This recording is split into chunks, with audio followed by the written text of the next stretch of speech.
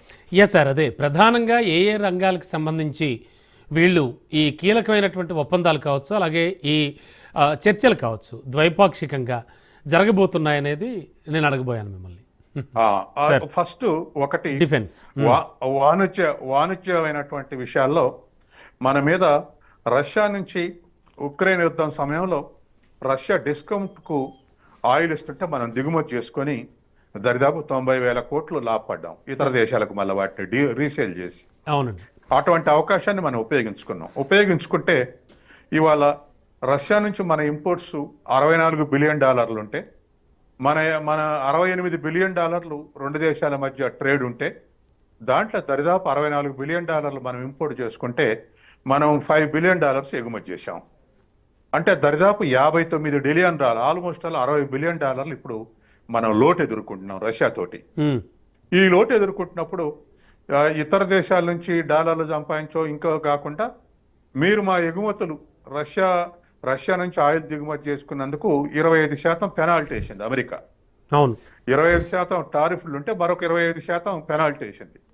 కాబట్టి మాకు వచ్చినటువంటి ఈ కష్టాల్లో ఈ లోటును పోర్చడానికి మా దేశం నుంచి కూడా ఎగుమతులు చేసుకోండి అని మనం రిక్వెస్ట్ చేశాం. చేసినప్పుడు ఇవాళ రష్యా గత 6 నెలలుగా రీసెర్చ్ చేశారు.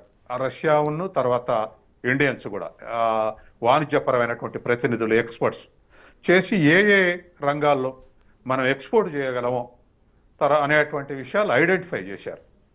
ఐడెంటిఫై చేసి దరిదాపు ఒక 10-15 అంశాలు ఐడెంటిఫై చేశారు.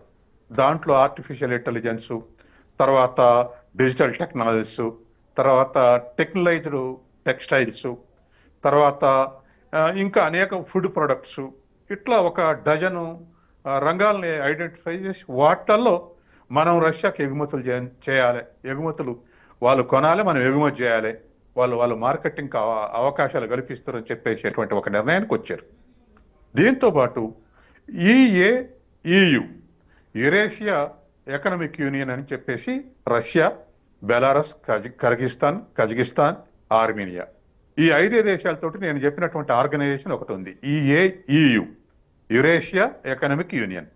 ఈ 5 దేశాలు కూడా ఇప్పుడు రష్యాతో, పుతిన్తో పాటు వాళ్ళ ప్రతినిధులు వస్తున్నారు, డిఫెన్స్ మినిస్టర్స్, వాణిజ్య మంత్రులు వస్తున్నప్పుడు ఈ 5 దేశాలకు కూడా మనం ఏం ఎగుమతి చేయగలమో 5 దేశాలతోటి కూడా ఇవాళ ఫ్రీ ట్రేడ్ అగ్రిమెంట్ చేసుకోవడానికి కావాల్సినటువంటి చర్చలు జరగబోతున్నాయి.